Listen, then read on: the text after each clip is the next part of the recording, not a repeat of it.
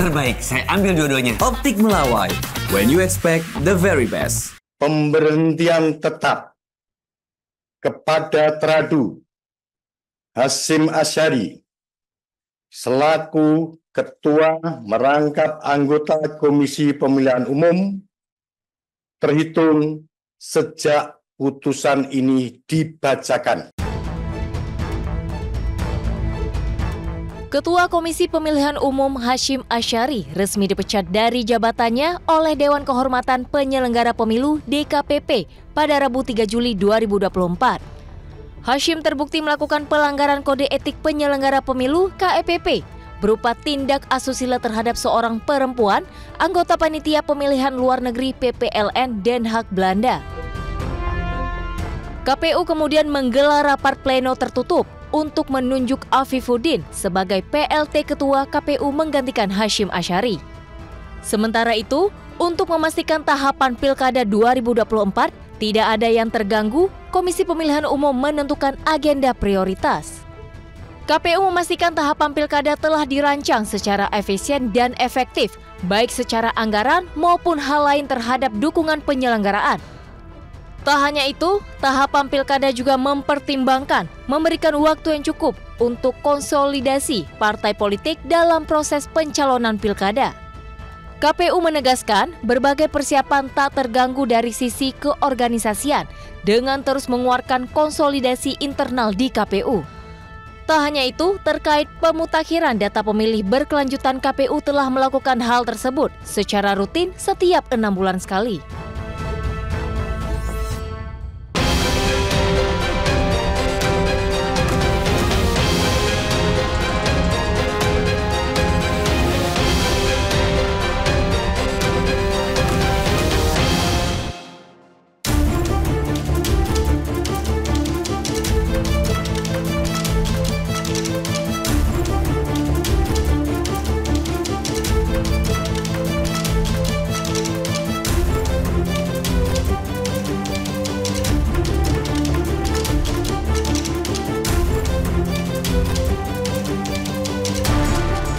Pemirsa, usai pemilu kemarin, Pilkada serentak akan dilaksanakan dalam waktu dekat. Masyarakat Indonesia pun bersiap untuk memilih pemimpin daerah yang terbaik untuk daerahnya masing-masing. Berkaca dari kendala yang dihadapi di pemilu kemarin, KPU pun bersiap dan berbenah mempersiapkan pesta demokrasi 5 tahunan di seluruh wilayah di Indonesia. One on One kali ini akan membahasnya dengan Ketua KPU RI, Muhammad Afifuddin, bersama saya, Samuel Purba.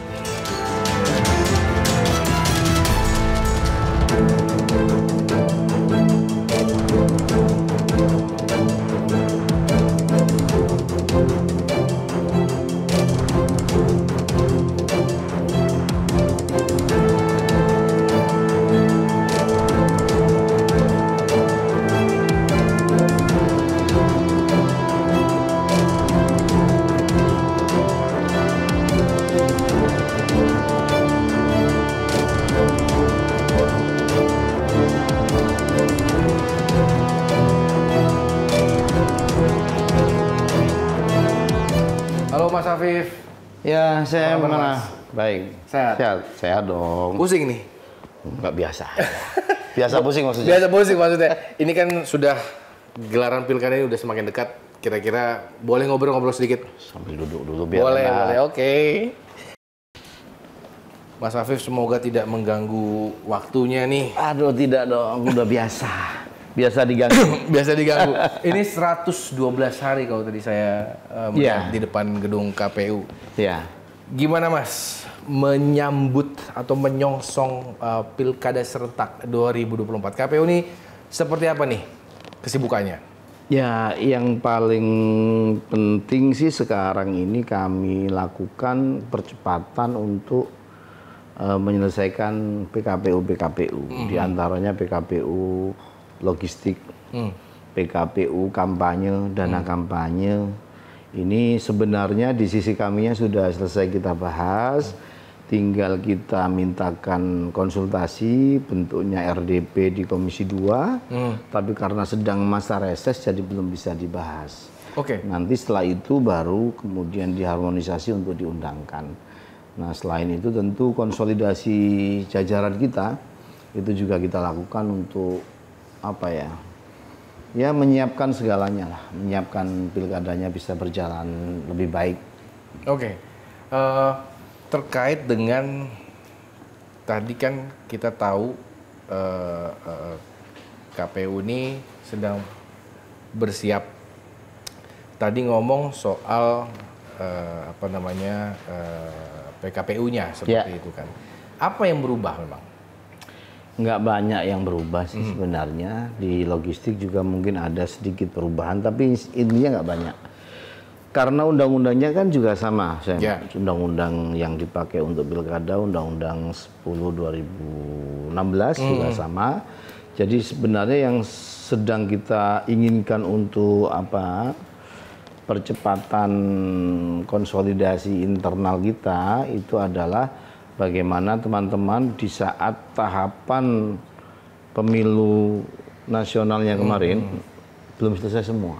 Oke, masih ada sebagian yang pengajuan gugatan seperti itu maksudnya ya? Kembali pasca putusan Mahkamah Konstitusi, digugat kembali ke Mahkamah Konstitusi. Secara informal karena belum kami dapat surat lagi ini ada sekitar 8 perkara. Artinya teman-teman ini kan sedang belum selesai semua urusan pemilunya. Sudah pada saat yang bersamaan harus menyiapkan tahapan pilkadanya. Jadi ini sebenarnya terpengaruhnya secara SDM kah seperti itu, Mas Afif? Peristiwa yang nggak pernah terjadi sebelumnya di tahun yang sama, pemilu nasional, pemilu presiden, kemudian tahapannya beririsan dengan pilkada ini. Nggak bisa ada jedahnya langsung seret, udah kita siapkan semua tahapan.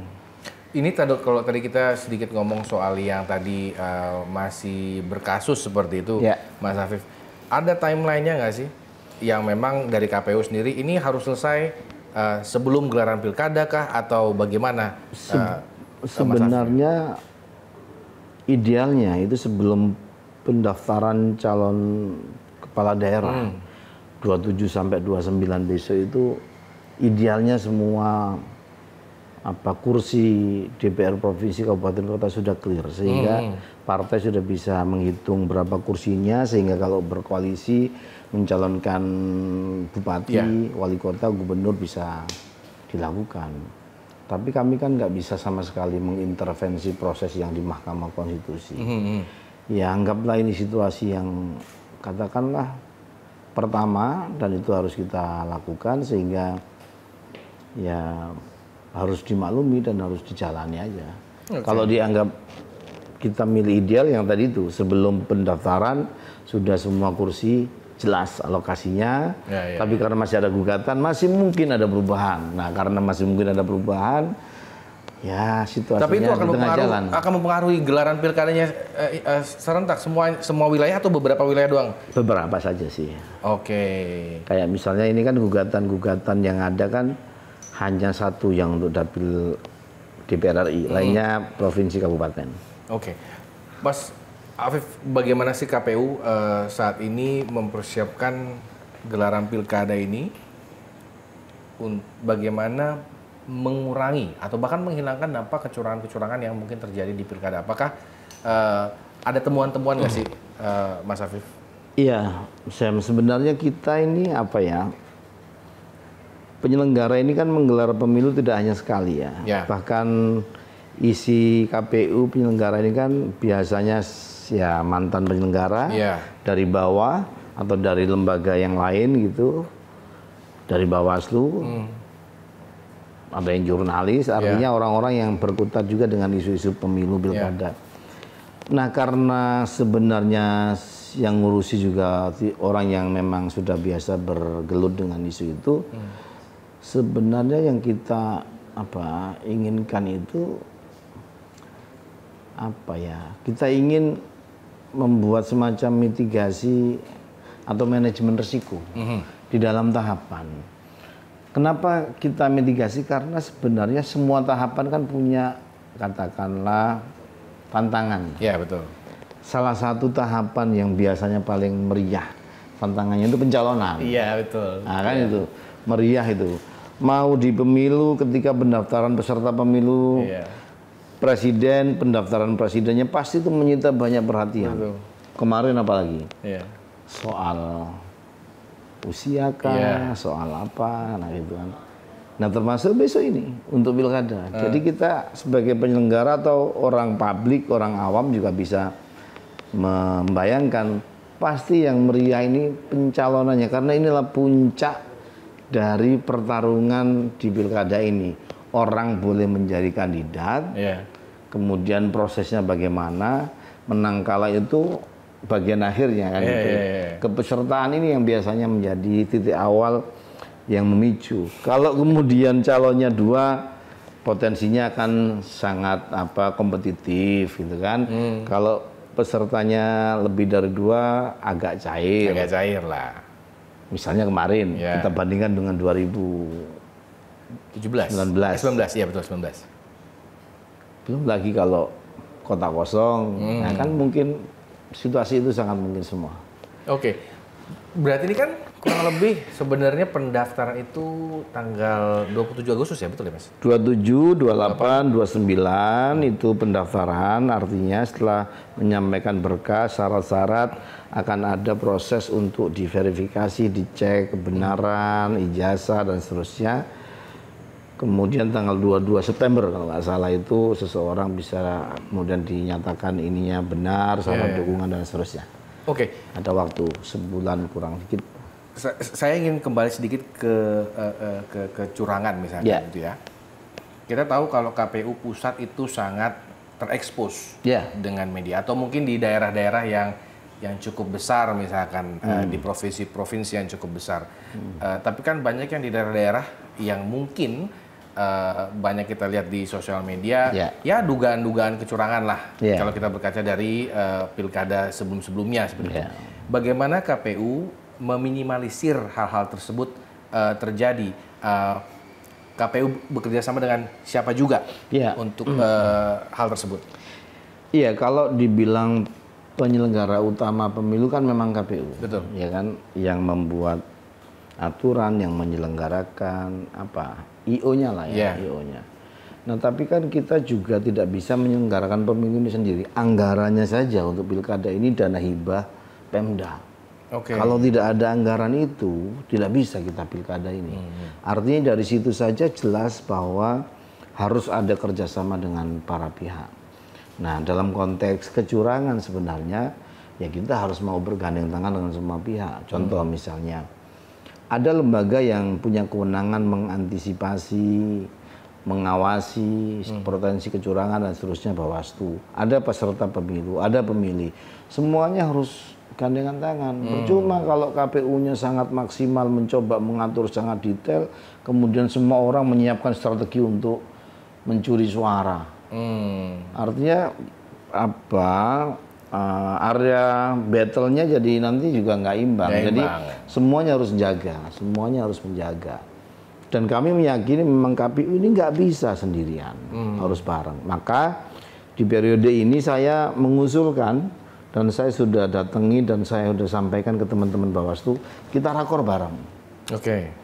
Bareng agar pemahaman atas undang-undang, aturan yang mengatur pilkada ini paling tidak pemahamannya itu kita menuju ke titik yang sama lah. Biar tidak ada pemahaman yang sangat jauh. Kalau ada pemahaman yang katakanlah sudut pandang yang sangat jauh, ya kita diskusikan, dialogkan sebelum tahapan jalan. Sehingga begitu ada tahapan pemilunya jalan, hal-hal yang tidak perlu terjadi itu bisa kita minimalisir. Apakah mungkin tidak terjadi sama sekali pelanggaran? Hampir tidak mungkin. Ini pertarungan orang mencari posisi penting, nggak mungkin juga. Tapi kita minimalisir, kita antisipasi. Ya dalam posisi itu ya semua harus dalam posisi untuk bergandengan tangan. Nah, KPU ini pengennya cara pandang kita ya mengajak semua orang lah, mengajak milih, mengajak jaga pemilu dan seterusnya. Sampai saat ini respon kawan-kawan atau elemen lain lah, dalam arti misalkan dalam hal yang tadi Mas Afif bilang, Bawaslu misalkan. Ya, mereka setuju dan ini tinggal nyari harinya saja karena kan banyak sekali tahapan juga. Tadi saya juga ketemu Ketua Bawaslu juga, setuju, intinya kita udah bersepakat kok. termasuk gelaran tripartit ya dengan KPU, Bawaslu dan DKPP. Ya. Karena bagaimanapun kami ini di penyelenggara pemilu nggak bisa juga ngawur-ngawuran, Sam. Kita ngambil kebijakan semena-mena, dilaporkan orang ke DKPP. Ini begini kita ini. KPU ini kira-kira karena dia harus mengambil putusan, mengambil sikap, mengambil kebijakan.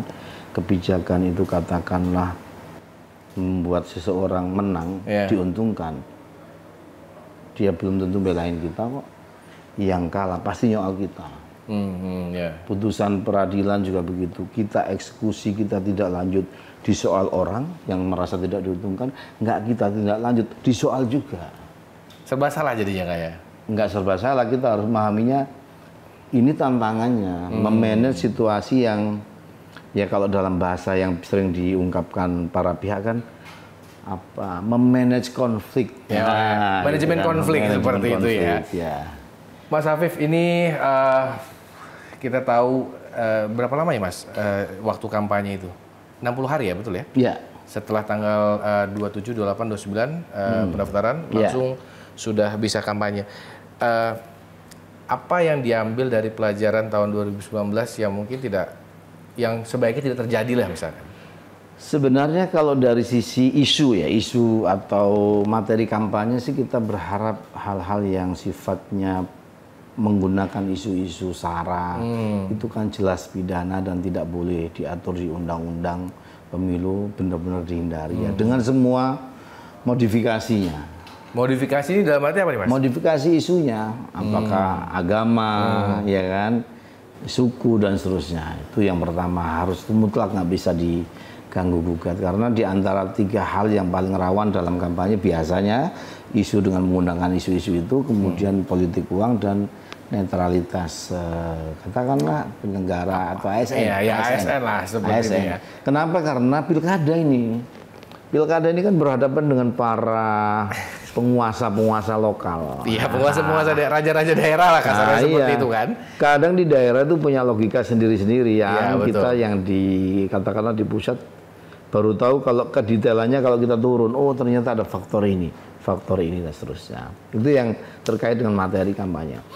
Terkait dengan metode misalnya, saya ingin menyampaikan bahwa sebenarnya perkembangan sekarang teman-teman peserta pemilu bisa dengan sangat maksimal memanfaatkan teknologi informasi, misalnya kampanye dengan media sosial.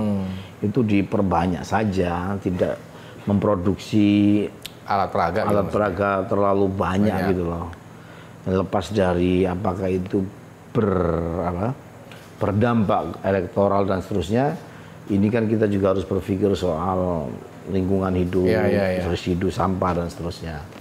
Yang lain ya saya kira tetap urusannya soal debat yang difasilitasi oleh KPU ketika tahapan kampanye berlangsung. Mas Afif, tadi saya pengen sedikit terkait dengan kalau misalkan daerah tersebut kan ya raja-raja kecil lah kasarannya atau penguasa-penguasa daerah.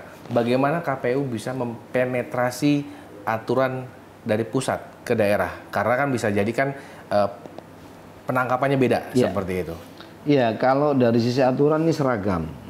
Kalau dulu kan tahapan pilkada itu ditetapkan oleh daerah-daerah karena mereka. Kalau sekarang kan sebenarnya PKPU ini kita turunkan semuanya sama kan, karena coblosan di hari yang sama, pendaftaran di hari yang sama, mirip dengan pemilu kemarin.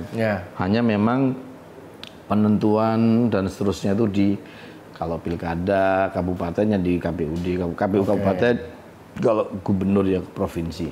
Nah, penetrasi pemahaman yang sama itu ya BIMTEK. Maka hari ini tuh kita lagi masih melakukan konsolidasi untuk semua divisi ya. Misalnya soal data pemilih, kita kumpulin.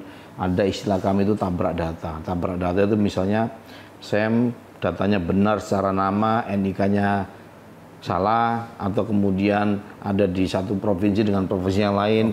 Sebenarnya SEM ini tinggalnya di mana? Karena memang sudah pindah, nggak lapor. Nah itu namanya tabrak data. Salah satunya dihapus. Itu misalnya.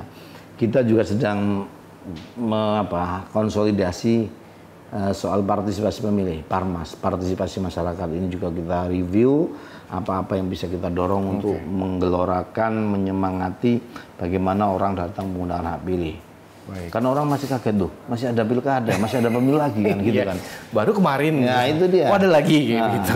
Baik, Mas Afif masih akan bahas lagi sedikit mungkin nggak sedikit sih, banyak apalagi soal PKPU. Sekarang boleh nggak sih Mas Afif saya lihat kantor KPU sendiri? Boleh. Boleh. Baik. Pemirsa tahan dulu, kami masih akan kembali usai jeda. Tetaplah bersama kami di 111. Terbaik, saya ambil dua-duanya. Optik Melawai. When you expect the very best.